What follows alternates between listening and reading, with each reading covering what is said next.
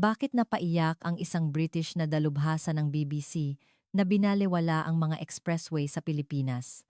Ang sitwasyon na ikinagulat ng buong Europa sa loob ng 72 oras matapos makakita ng isang service area, hindi sulit tingnan ang mga kalsada sa Asya.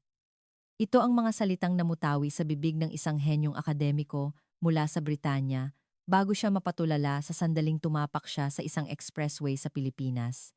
Ang kanyang reaksyon ay sobrang tindi anupat gumawa ng isang emergency special feature ang BBC. Paano nangyari na ang isang babaeng may PhD mula sa Oxford University at nagsisilbing transport consultant para sa 7 bansa sa Europa ay napaiyak sa harap ng kamera at inaming ang kanyang 20 taong karera ay isang pagkakamali? Isang kalsadang mas makinis pa kaysa sa otoban ng Alemanya, isang higanting service area na 3 beses ang laki kumpara sa mga nasa Britanya, at mga serbisyong inihahain dito na sumisira sa lahat ng inaasahan sa Europa. Sa loob lamang ng 72 oras, isang elite mula sa Europa ang sumuko sa karaniwan ng Pilipinas. Habang tayo ay nagde-debate pa lamang, tinapos na ng Pilipinas ang hinaharap. Ito ang talaan ng pagkamangha at paghanga ng babaeng doktor na yumanig sa Department for Transport ng Britanya at nagdulot ng kaguluhan sa buong Europa. Ang buong kuwento ay ilalahad na ngayon. Nag-broadcast ng isang emergency special feature ang BBC, isang doktor sa traffic engineering na may 20 taong karera ang napaiyak sa harap ng kamera.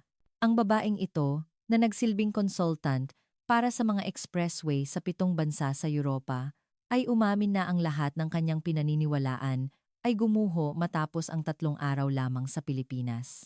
Ano ang nasaksihan ng elite na ito mula sa Oxford sa loob lamang ng 2 oras na biyahe mula sa paliparan patungo sa isang service area? Isang kalsadang mas malinis pa kaysa sa otoban ng Alemanya. Isang service area na 3 beses ang laki kumpara sa mga nasa motorway ng Britanya. Mga pagkaing sariwang luto na kapantay ng mga restaurant sa Pransya. Mas maraming electric vehicle, EV charger, kaysa sa pinagsama-samang bilang sa buong Europa. Pagbalik niya sa London, idineklara niya sa harap ng mga opisyal. Habang tayo ay gumagawa pa lamang ng mga plano, tinapos na ng Pilipinas ang hinaharap. Ang talaan ng 72 oras na nagpabago sa pananaw ng transportasyon sa Britanya, ilalahad na ngayon. Ang inyong pag-like at pag-subscribe ay malaking tulong sa aming paggawa ng video. Magandang araw. Ako si Dr. Rachel Howard. Ako ay isang producer ng mga dokumentaryo tungkol sa transportasyon para sa BBC at isa ring mananaliksik na may PhD sa traffic engineering mula sa Oxford University. Sa nakalipas na dekada, pinag-aralan at kinunan ko ng pelikula ang mga expressway system sa buong Europa. Ang mga walang speed limit na bahagi ng autobahn sa Alemanya, ang mga eleganteng rest stop sa mga autoroute ng Pransya, ang mga detalyadong tunnel system sa Switzerland, lahat ng ito ay personal kong sinuri at ginawa ng dokumentaryo. Sa totoo lang, wala akong mataas na inaasahan sa infrastruktura ng mga bansa sa Asya. Siyempre, alam kong kahanga-hanga ang bullet train ng Japan o ang airport ng Singapore, ngunit inisip ko na iba ang usapan pagdating sa infrastruktura ng kalsada. Ang Europa ay may daan-daang taong naipon na kaalaman sa urban planning at traffic systems. Partikular na ang Britanya, na nagtayo ng isa sa mga pinakasistematikong network ng kalsada sa mundo mula pa noong Industrial Revolution. Ang dahilan kung bakit ako napunta sa Pilipinas ay dahil sa isang bagong proyekto mula sa headquarters ng BBC. Inatasan akong gumawa ng isang Asian Infrastructure Series at ako ang na-assign sa bahagi tungkol sa Pilipinas. Sa loob-loob ko, hindi ako masaya. Bakit kailangan kong pumunta sa Asya? Ang aking larangan ay ang mga sistema ng transportasyon sa Europa. Bago ako umalis, nagkaroon kami ng briefing sa aming opisina sa London. Isang kasamahan ko ang nagtanong, "Ano ang inaasahan mong makita sa Pilipinas, Rachel?" Tumawa ako at sumagot, "Aba, siguro mga jeepney at tricycle ang kukunan ko. Pare-pareho lang naman siguro ang mga expressway kahit saan, hindi ba?" Nagtawanan silang lahat. Masyado na kaming nasanay sa aming Eurocentric na pananaw. Kahit habang nakasakay sa eroplano mula sa Heathrow Airport, may pag-aalinlangan pa rin ako. Nagbasa ako ng mga materyales tungkol sa Pilipinas sa loob ng eroplano, ngunit karamihan ay tungkol sa mga beach at tourist spots. Kakaunti ang impormasyon tungkol sa infrastruktura ng transportasyon. Ang iilang research paper na nahanap ko ay puro mga statistical figures lamang. Isinara ko ang aking laptop at nag-isip. Siguro isang pangkaraniwang expressway sa isang pangkaraniwang lungsod sa Asia ang makikita ko. Matapos ang halos 14 na oras na biyahe, lumapag kami sa Clark International Airport. Malawak at moderno ang paliparan. Ngunit inaasahan ko na ito. Ang mga hub airport tulad ng sa Singapore o Dubai ay ganito rin. Mabilis kong nakuha ang aking bagahe at natapos ang immigration. Mahusay ang kanilang automated system, ngunit wala pa ring kakaiba. Sa halip na pumunta sa Maynila, nagpasya akong magtungo muna sa Hilagang Luzon. Naisip ko na para lubusang maranasan ang mga expressway ng Pilipinas, kailangan kong subukan ang isang long-distance na biyahe. Nagrenta ako ng sasakyan sa airport. Isang empleyado ang magalang na nagpaliwanag sa akin sa Ingles. Ang GPS navigation ay may English setting din. Ang sasakyan ay isang Toyota Fortuner, malinis at nasa mabuting kondisyon. Inilagay ko ang Baguio City sa navigation at ipinakita nito ang ruta sa pamamagitan ng SCTEX Subic-Clark-Tarlac Expressway at NLEX North Luzon Expressway. Tinatayang aabuti ng halos 4 na oras ang biyahe. Inayos ko ang aking camera sa passenger seat at nagsimula ng magmaneho. Bilang isang documentary producer, nakasanayan ko ng laging bukas ang camera. Paglabas ko ng airport, dumiretso ako sa entrance ng expressway. Ang mga road sign ay nakasulat sa Tagalog at Ingles, kaya hindi mahirap hanapin ang daan. Sa pagpasok sa toll plaza, may napansin akong kakaiba, ang RFID system. Ito ay isang sistema na automatikong kinikilala ang sasakyan at kinakalkula ang toll fee. Hindi ko na kinailangang huminto. Binagalan ko lang ang takbo at dumaan. Sa Britanya, kailangan laging huminto sa mga toll booth. Pumasok na ako sa SCTEX. Mga 2:00 ng hapon noon, at sa sandaling iyon nagsimulang gumuho ang lahat ng aking inaasahan. Ang kondisyon ng kalsada ay talagang kamangha-mangha. Kung ikukumpara sa M1 motorway ng Britanya o sa otoban ng Alemanya, mas makinis ito. Ang mga lane marking ay napakalinaw. Bumulong ako sa aking camera. Mas maganda ang kondisyon ng kalsada kaysa sa inaasahan ko. Napakahusay ng kalidad ng pagkakaaspalto. Ngunit sa mga sandaling iyon, inisip ko lang na ito ay isang magandang kalsada lamang. Hindi ko alam na ang tunay na sorpresa ay paparating pa lamang. Habang nagmamaneho sa expressway, may isang bagay na laging nakakakuha ng aking pansin. Ang mga electronic na VMS, Variable Message Sign. Nakalagay ang mga ito sa regular na pagitan at nagbibigay ng real-time na impormasyon sa trapiko. Mabagal na trapiko 10 kilometro sa unahan, abiso ng aksidente, at pati na rin ang bilang ng mga available na parking slot sa susunod na service area. Ang ganitong detalyadong sistema ng impormasyon ay bihira kahit sa Europa. Matapos ang halos 1 oras na pagmamaneho, nagsimula akong makaramdam ng gutom. Kumain ako sa eroplano. Ngunit kaunti lang. Tiningnan ko ang navigation at nakita kong may isang NLEX Drive, Dining Service Area, 30 kilometro sa unahan. Pumasok ako roon nang walang gaanong inaasahan. Ang plano ko lang ay magbanyo at uminom ng kape. Ngunit ang aking masasaksihan sa service area na iyon ang magiging pinaka-nakakagulat na karanasan sa aking 20 taong karera. Sa pagpasok ko pa lang sa NLEX Drive, Dine, hindi ako makapaniwala sa aking nakita. Ang laki ng parking area ay hindi ka panipaniwala. Ang isang tipikal na service area sa motorway ng Britanya ay may espasyo para sa mga 15 sasakyan. Ang malalaki ay hindi lalagpas sa 100. Ngunit dito, sa isang tingin pa lang, mahigit 300 na sasakyan ang kasya. Ang mas nakakagulat ay ang dambuhalang istruktura na nakatabing sa buong parking lot. Mga solar panel. Isang napakalaking solar panel facility ang nakainstala na sumasakop sa buong paradahan. Kinuha ko ang aking kamera at bumaba ng sasakyan. Naramdaman kong kailangan kong kunan ito. Habang naglalakad sa ilalim ng mga solar panel, nilibot ko ang aking tingin. Sa Britanya, may mga diskusyon na tungkol sa paglalagay ng solar panel sa mga service area sa loob ng 5 taon. Ngunit hanggang ngayon, hindi pa ito na isa sa katuparan. Problema sa budget, maintenance, technical na issue, lahat ng dahilan ay ibinigay para ipagpaliban ito. Ngunit dito sa Pilipinas, ginawa na nila. Sa isang gilid ng parking area, may isang hanay ng mga charging station para sa electric vehicle. Binilang ko ito at mayroong 19 na unit.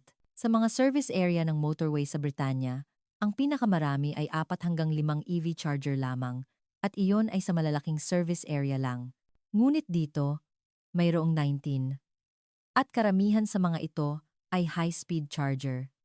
Binasa ko ang information board sa tabi ng charger. Nakasulat ito sa Tagalog at Ingles. Maximum 350 kilowatts, full charge sa loob ng 20 minuto. Namangha ako at sinabi sa camera, ito ay kapareho ng specs ng mga pinakabagong charger sa Europa. Hindi ko alam na ganito naka-advanced ang Pilipinas sa infrastruktura ng EV. Dumaan ako sa parking area at nagtungo sa entrance ng gusali. Sa tabi ng pasukan, mayroong isang directory ng buong pasilidad. Nang makita ko ito, muli akong nagulat. Ang service area na ito ay may convenience store, food court, panaderya, at coffee shop. Ngunit mayroon din itong kids play area, silid pahingahan, at shower rooms. Ang mga service area sa Britanya ay karaniwang may banyo, gasolinahan, at isang maliit na tindahan lamang. Ang malalaki ay may isa pang convenience store. Pumasok ako sa loob ng gusali. Mataas ang kisame at malawak ang central hall. Dinisenyo ito para pumasok ang natural na liwanag at komportable ang temperatura sa loob. Sa isang gilid, mayroong information counter kung saan may naka-duty na concierge. Lumapit ako at nagtanong sa Ingles. Excuse me, maaari ba akong magtanong ng ilang bagay tungkol sa service area na ito? Isang batang babaeng empleyado ang ngumiti at sumagot, Siyempre po, ma'am. Ano po ang maitutulong ko sa inyo? Matatas ang kanyang Ingles. Itinanong ko ang pinaka-curious ako. Saan ginagamit ang kuryenteng nagmumula sa mga solar panel? Paliwanag ng staff. Ang isang bahagi po ay ginagamit para sa kuryente ng mismong service area at ang natitira ay para sa pag-charge ng mga electric vehicle. Kapag may sobra, ibinebenta po namin sa electric company. Nagtanong ulit ako, narinig ko pong may shower rooms dito? Tumango siya. Opo, para po iyan sa mga long-haul truck driver. Libre po nilang magagamit. Nagulat ako at napatanong, libre?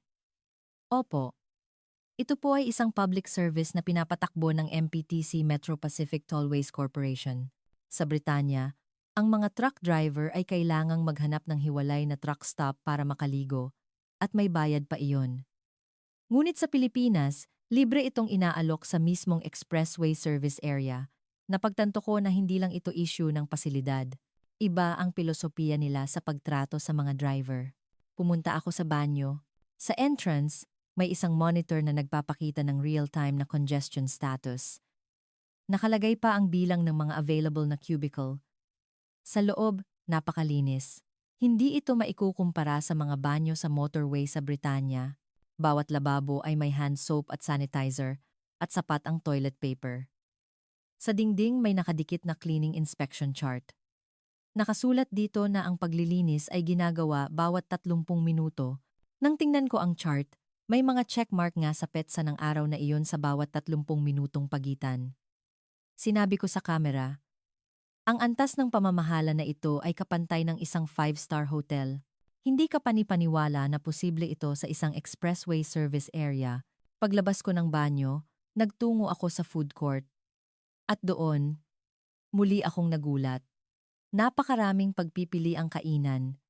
Filipino, Chinese, Western, iba't ibang uri ng pagkain ang nakahilera.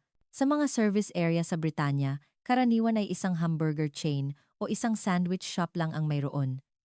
Tiningnan ko ang menu ng bawat restaurant. Ang nakakagulat ay ang presyo.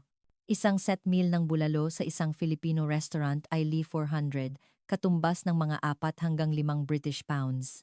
Sa Britanya, ang pagkain sa isang service area ay nagkakahalaga ng hindi bababa sa 10 pounds.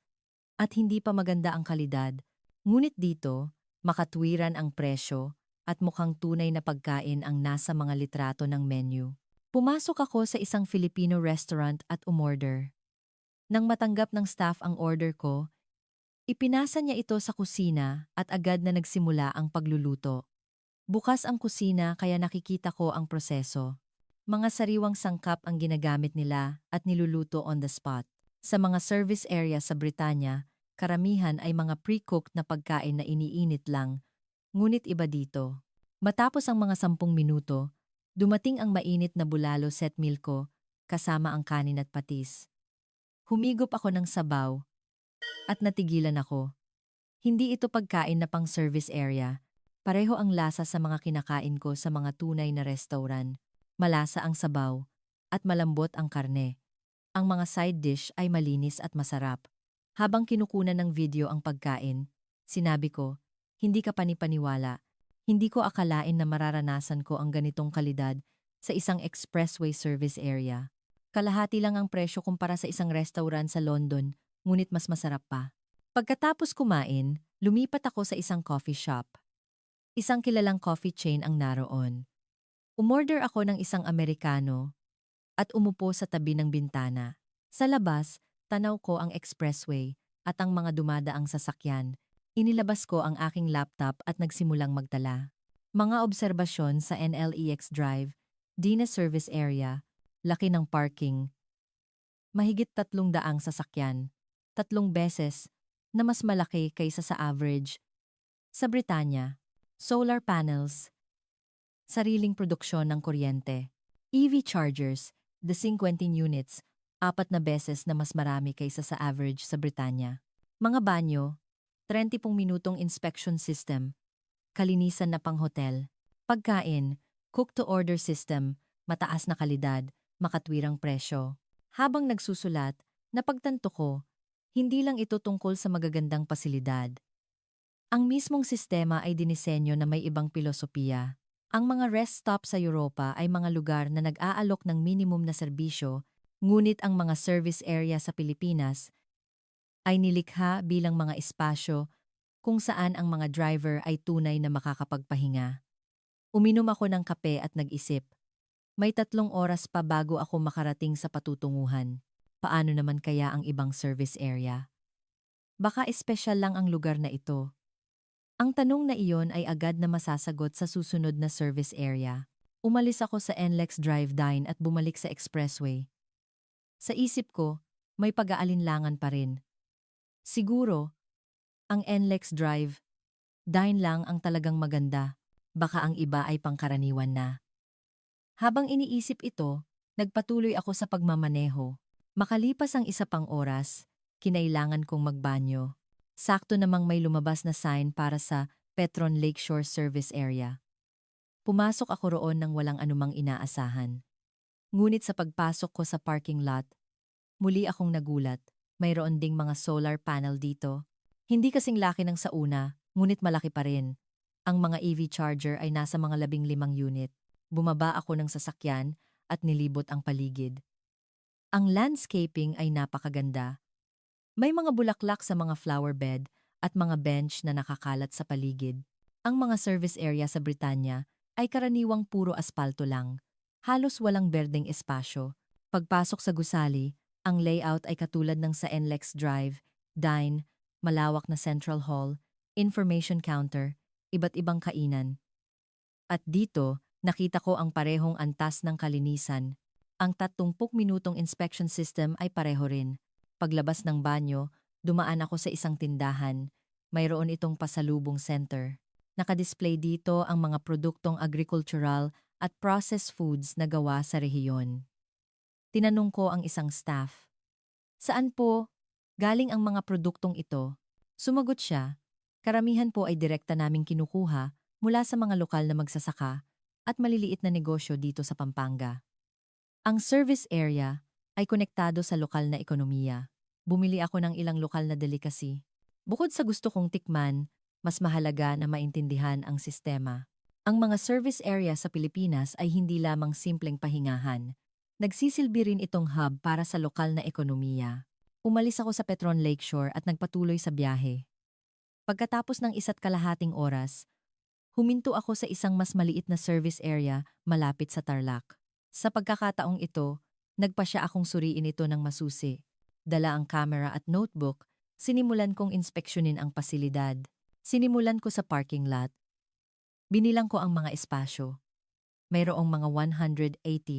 Malinaw na nahahati ang mga lugar para sa mga pribadong sasakyan, malalaking sasakyan, at para sa mga may kapansanan. Mayroong 18 EV chargers. At mayroon ding solar panels. Sa loob ng gusali, masusi kong pinag-aralan ang food court. May 8 kainan, 3 Filipino, 2 noodle shop, 1 lechon house, 1 Chinese, at 1 panaderya. Kinunan ko ng litrato ang menu ng bawat isa. Ang average na presyo ay nasa pagitan ng Ya300 hanggang AN600. Pumasok ako sa isang kainan at kinausap ang isang staff. Gaano ka nakatagal nagtatrabaho dito? 3 taon na po. Paano ninyo inihahanda ang pagkain? Tuwing umaga po, may dumarating na sariwang sangkap. Kapag may umorder, doon lang po namin niluluto. Halos hindi po kami nag-iimbak ng lutong pagkain. Namangha ako. Sa Britanya, gumagamit ang mga service area ng mga pre-cooked na pagkain para sa efficiency. Ngunit sa Pilipinas, inuuna nila ang kalidad sa pamamagitan ng pagluluto on the spot. Tinanong ko ulit siya. Lahat ba ng service area sa Pilipinas ay ganito ang sistema? Tumango siya. Opo. Halos lahat po ay magkakatulad. Mahigpit po kasing pinamamahalaan ng MPTC ang quality standards. Isinulat ko sa aking talaan. Core of the Philippine Service Area System. Standardized high quality. Ito ay isang napakahalagang tuklas. Hindi lang 1 o 2 lugar ang maganda. Ang buong sistema ay pinapanatili sa isang mataas na antas. Naghanap ako ng iba pang mga natatanging pasilidad. Nakita ko sa directory ang driver's lounge. May ilang maliliit na kwarto, bawat isa ay may simpleng kama. Sa labas ng pinto, may abiso. Libreng silid pahingahan para maiwasan ang antok sa pagmamaneho. Maximum na 2 oras. Bawat gamit. Humanga ako. Sa Britanya, puro kampanya lang laban sa antok sa pagmamaneho. Naglalagay sila ng mga poster at commercial. Ngunit hindi sila nagbibigay ng aktwal na espasyo para makapagpahinga ang mga driver. Iba sa Pilipinas. Nag-aalok sila ng praktikal na solusyon. Tinanong ko rin ang tungkol sa shower room. Malinis ang locker room at shower booths. Mayroon ding mga tuwalya. Isang truck driver ang kalalabas lang mula sa shower, kaya humingi ako ng pahintulot na makapanayam siya. Madalas niyo po bang gamitin ang pasilidad na ito? Oo, halos tuwing biyahe ko. Kapag long distance, kailangan talaga ng ligo. Libre po ba ito? Oo, libre talaga. Kahit sinong truck driver pwedeng gumamit. Malaking tulong ito sa amin. Ramdam ko ang taos-pusong pasasalamat sa kanyang mukha. Doon ko napagtanto. Ang mga service area sa Pilipinas ay hindi lamang mga komersyal na establisimento para kumita. Ito ay resulta ng seryosong pag-iisip para sa kaligtasan at kapakanan ng mga driver. Pumunta rin ako sa kids play area. Isang maliit na palaruan, ngunit maayos na ginawa para ligtas na makapaglaro ang mga bata. May isang mag-asawa kasama ang kanilang anak, kaya muli akong humingi ng pahintulot na makapanayam. Nakatutulong po ba ang ganitong pasilidad? Sobra po. Naiinip kasi ang anak namin sa mahabang biyahe, pero kapag nakapaglaro siya dito, gumaganda ang mood niya at kami ring nakakapagpahinga. Nagtanong sila pabalik. Wala po bang ganito sa ibang bansa? Mapait akong ngumiti. Wala po sa Britanya. Sa katunayan, halos walang service area sa buong Europa na may ganitong pasilidad. Nagulat ang mag-asawa. Talaga po? Akala po namin normal lang ito. Ang mga salitang iyon ang lalong yumanig sa akin. Para sa mga Pilipino, normal lang ito. Hindi nila alam kung gaano kahusay ang sistemang mayroon sila. Habang paalis ako, sa huling service area, sigurado na ako, hindi ito nagkataon lamang. Ang mga service area sa Pilipinas ay isang sistematikong dinisenyo at pinamamahala ang sistema, at ang antas nito ay mas mataas kaysa sa anumang bansa sa Europa. Habang nagmamaneho, sinabi ko sa kamera, 3 service area na ang nabisita ko, at natuklasan ko ang isang kamangha-manghang katotohanan. Hindi ito isang exception, kundi isang standard. Pinapanatili ng Pilipinas ang ganitong antas sa kanilang mga pangunahing service area. Ito ay isang napakalaking tagumpay. May isa't kalahating oras pa bago ako makarating sa aking destinasyon, ngunit sapat na ang aking nakita. Higit pa sa sapat. Sa isip ko, nabubuo na ang istruktura ng aking dokumentaryo. Ngunit ang tunay na revelasyon ay darating pa sa aking pakikipanayam sa isang opisyal mula sa MPTC, Metro Pacific Tollways Corporation sa Maynila. Malalaman ko ang tunay na sikreto sa likod ng sistemang ito. Dumating ako sa aking hotel sa Maynila, bandang 7:00 ng gabi. Inayos ko ang aking mga gamit at binuksan ang laptop. Habang nirerepaso ang mga video na kinuha ko, napagtanto kong napakaraming kailangang ayusin, ngunit mas nangingibabaw ang pananabik kaysa sa pagod. Pakiramdam ko, may natuklasan akong isang bagay na napaka-espesyal. Kinabukasan ng umaga, bumisita ako sa pangunahing opisina ng MPTC. Nakipag-ugnayan na ako para sa isang panayam bago pa man. Nang ipakilala ko ang aking sarili bilang isang documentary producer mula sa BBC, malugod nila akong tinanggap. Ang sumalubong sa akin ay si Gino Santos, ang pinuno ng Service Area Operations Team. Inilabas ko ang aking mga inihandang tanong. Ngunit sa unang tanong pa lang, nasira na ang aking inaasahan. Ginoong Santos, gaano karami ang service area sa Pilipinas na pinamamahalaan ninyo? Sumagot si Santos. Ang MPTC ay namamahala ng humigit kumulang 50 service at gasoline areas sa aming network ng mga expressway. Muli akong nagtanong, at lahat po ba iyon ay nasa parehong antas ng kalidad tulad ng mga nakita ko kahapon? Tumango si Santos. Oo, pinapanatili namin ang isang pare-parehong standard sa lahat ng aming mga pasilidad. Ang facility standards, cleanliness standards, at service standards ay lahat standardized. Ito ay tunay na kamangha-mangha. Sa Britanya, mayroong humigit kumulang 100 service area sa mga motorway. Ngunit iba-iba ang nagpapatakbo at iba-iba rin ang kalidad. Mayroong magaganda, ngunit mayroon ding mga kasuklam-suklam. Ngunit sa Pilipinas, isang buong sistema ang pinamamahalaan sa ilalim ng iisang standard. Nagpatuloy ako sa aking susunod na tanong. Totoo po ba na iniinspeksyon ang mga banyo kada 30 minuto? Tumawa si Santos at sumagot, oo, totoo iyan. Ang kalinisan ay ang aming pangunahing prioridad. Bawat area ay may dedikadong cleaning staff na sumusunod sa isang checklist kada 30 minuto. Naging curious ako. Ang gastos sa pagpapanatili ng ganyang sistema ay dapat malaki. Paano ninyo nababalanse ang kita?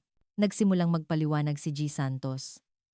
Ang mga service area ay hindi lamang isang negosyo para kumita. Ito ay bahagi ng serbisyo publiko. Siyempre, mahalaga ang kita, ngunit mas mahalaga ang kaligtasan at kaginhawaan ng mga motorista. Nagpatuloy siya, halimbawa, ang mga shower room at driver's lounge ay hindi direktang kumikita. Ngunit pinipigilan nito ang mga aksidente dahil sa antok. Kapag nabawasan ang mga aksidente, nababawasan ang social cost. Iyon ang mas malaking halaga. Tumango ako. Ito ang pinakapuso ng lahat. Ang mga rest stop sa Europa ay karaniwang pinapatakbo ng mga pribadong kumpanya para sa kita. Ngunit ang sistema sa Pilipinas ay isinasaalang-alang ang serbisyo publiko at kita ng sabay.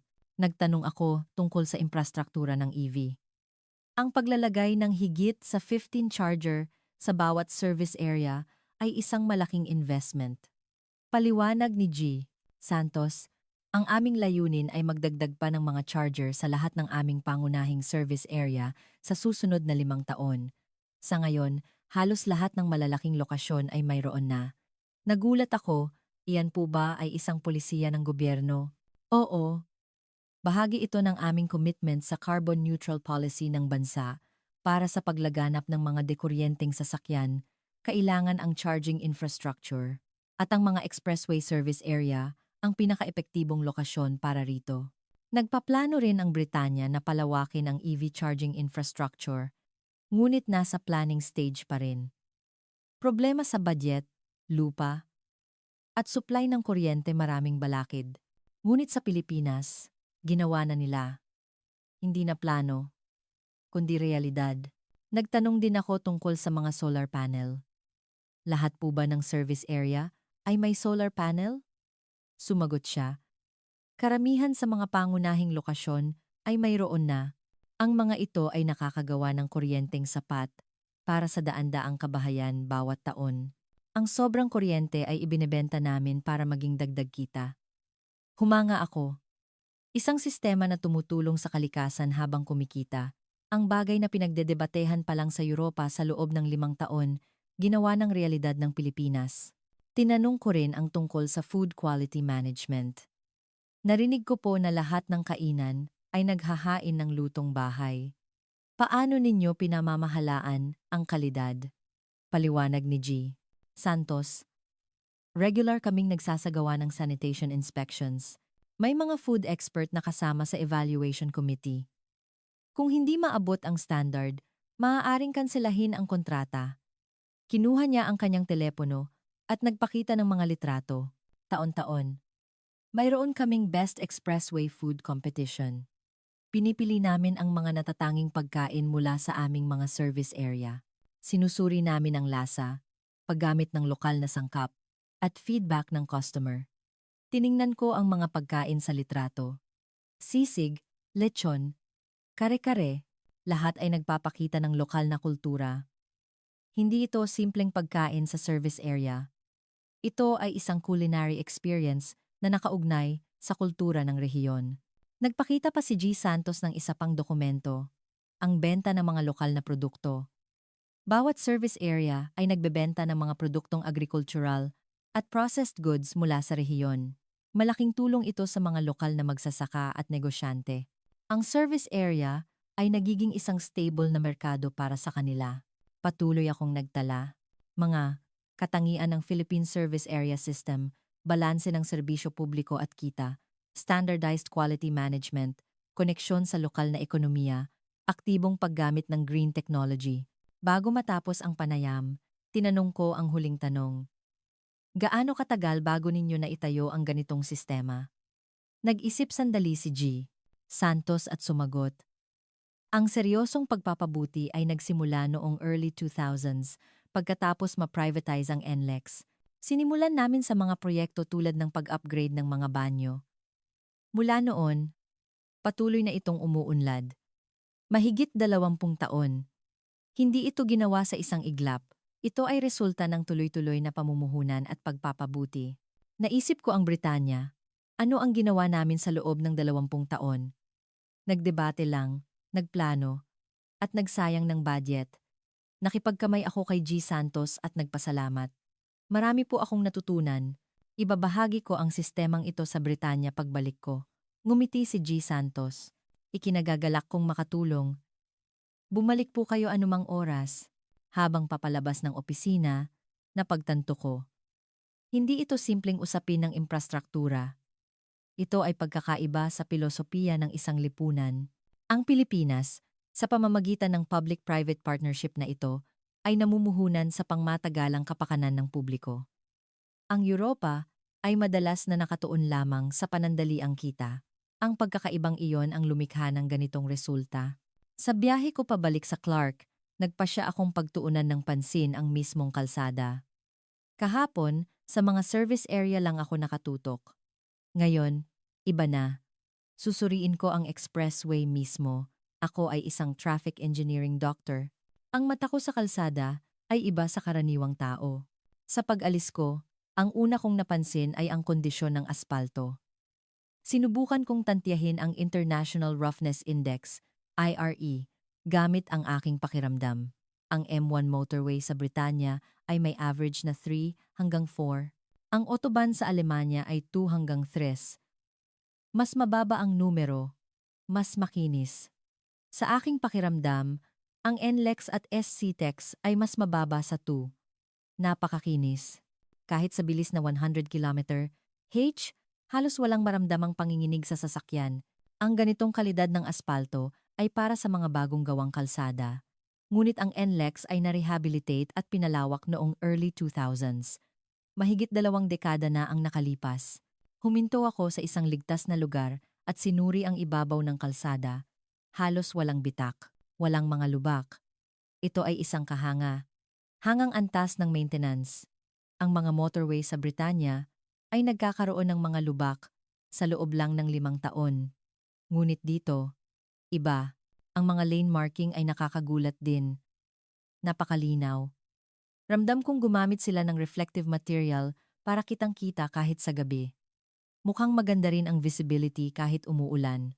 Sinabi ko sa camera. Ang antas ng road maintenance dito ay napakahusay. World class ay ito. Ang sumunod kong pinansin ay ang VMS system. Bawat 5 kilometro, may nakalagay na VMS na nagbibigay ng real-time na impormasyon. Mabagal na trapiko sa susunod na 10 kilometers. Tinatayang oras ng biyahe. 15 minuto. Alternatibong ruta. Bilang ng available parking sa susunod na service area. Wala pa akong nakitang ganito kadetalyadong sistema. Mayroon ding mga VMS sa Britanya. Ngunit karaniwan ay para lang sa speed limit o babala ng aksidente. Hindi sila nagbibigay ng real-time na daloy ng trapiko o alternatibong ruta. Naging curious ako kaya tinawagan ko ang kanilang traffic control hotline. Mabilis akong inilipat sa isang English-speaking staff. Tinanong ko kung paano kinokolekta ang impormasyon sa VMS. Ipinaliwanag ng staff. Ang buong expressway ay may mga sensor at camera. Sinusukat nito ang volume ng trapiko at bilis sa real time. Sinusuri ng aming sistema ang data na iyon at ipinapakita sa VMS.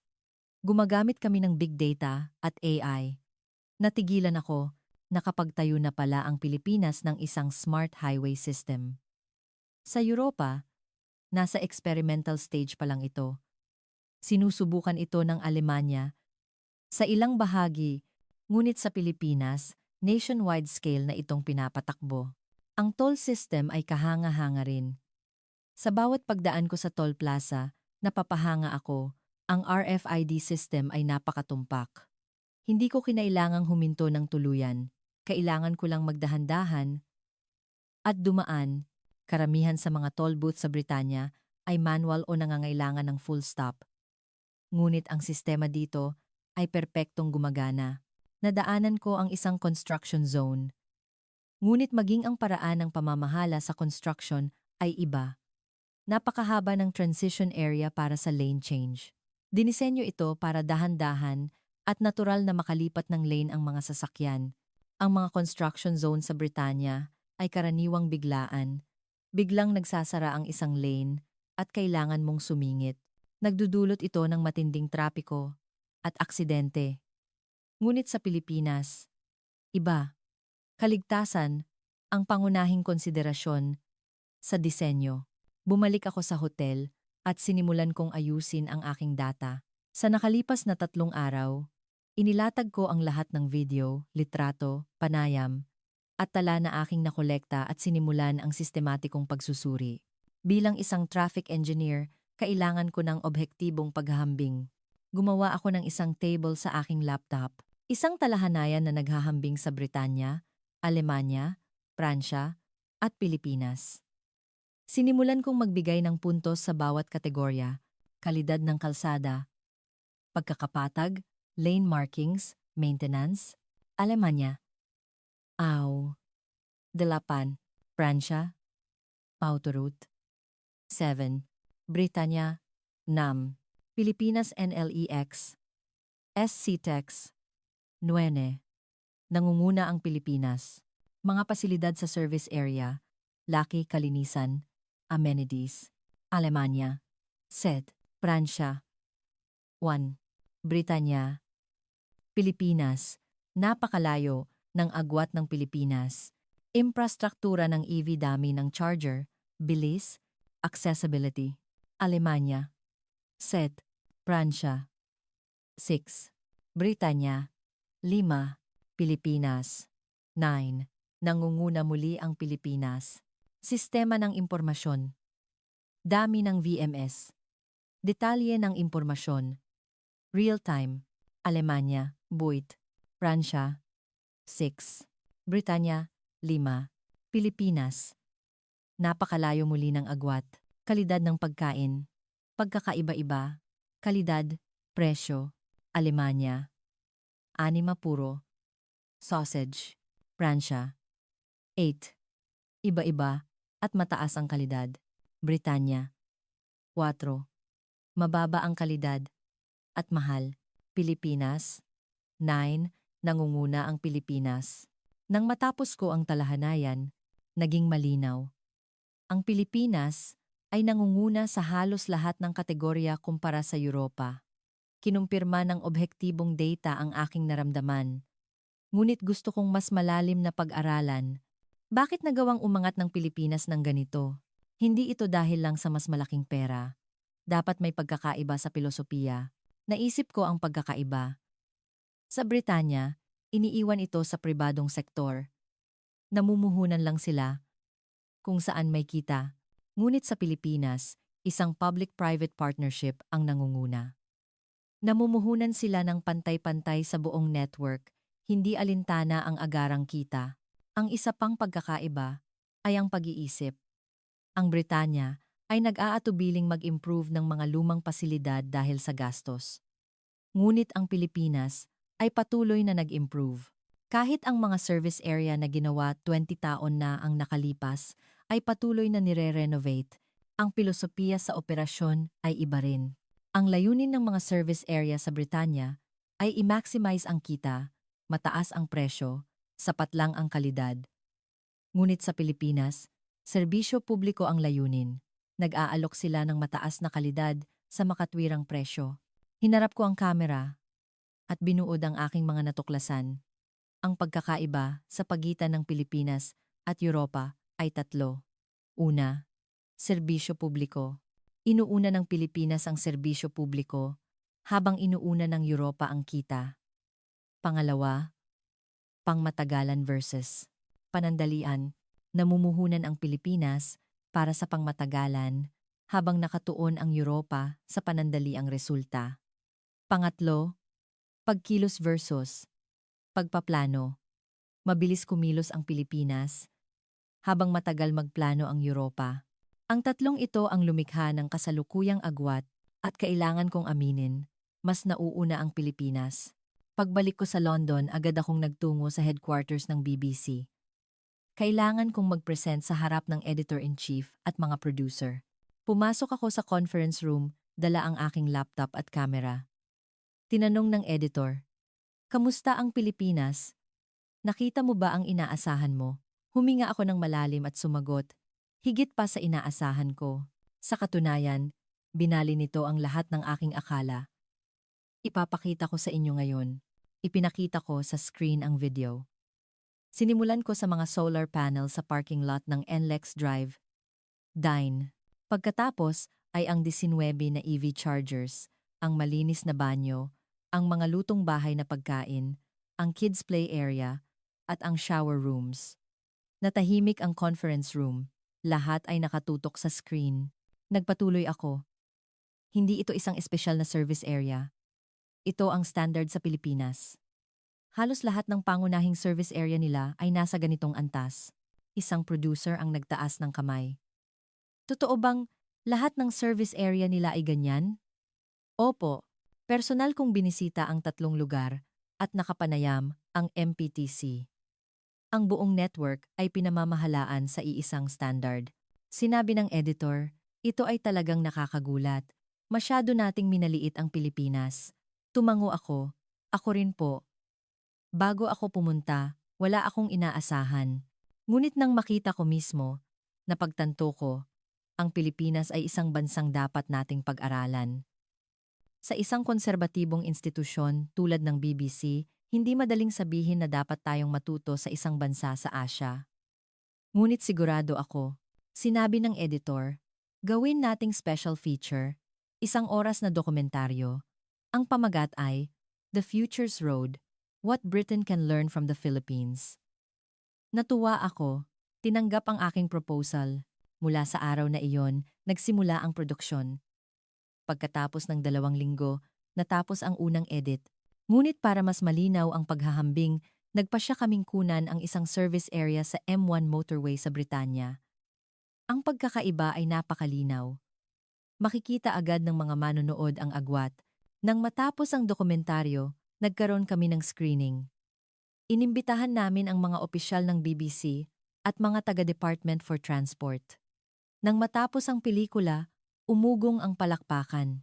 Sinabi ng isang opisyal ng transport na pagtanto namin na marami kaming kailangang ayusin. Itinakda ang broadcast sa Biyernes ng gabi, 9:00, prime time.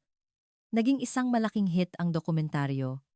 Sa social media, naging trending topic ang Philippine Expressway. Nagulat ang mga tao. Totoo ba ito? Ganyan kaganda ang mga service area sa Pilipinas? Bakit hindi ito magawa ng Britanya? Ang mga pahayagan ay nag-ulat tungkol dito. Nakatanggap ako ng hindi mabilang na mga request para sa panayam. 2 linggo pagkatapos ng broadcast, tumawag ang Department for Transport. Gusto akong makausap mismo ng Transport Secretary. Dr. Howard, sabi niya, kailangan namin ng tulong mo. Mula sa araw na iyon, naging unofficial consultant ako para sa kanila. Ang payo ko ay kumalat hindi lang sa Britanya, kundi sa buong Europa. Naimbita ako sa EU Transport Committee sa Brussels. Pagkatapos ng aking presentasyon, nabuo ang isang EU delegation to the Philippines. Ako ang kasama nilang pumunta. 3 buwan pagkatapos, nasa Pilipinas kami. Sinalubong kami ng MPTC. 1 linggo kaming nag-aral. Sinabi ng German Transport Minister. Ngayon ko lang nalaman kung gaano kami nahuhuli. Nagsimula ang mga pagbabago.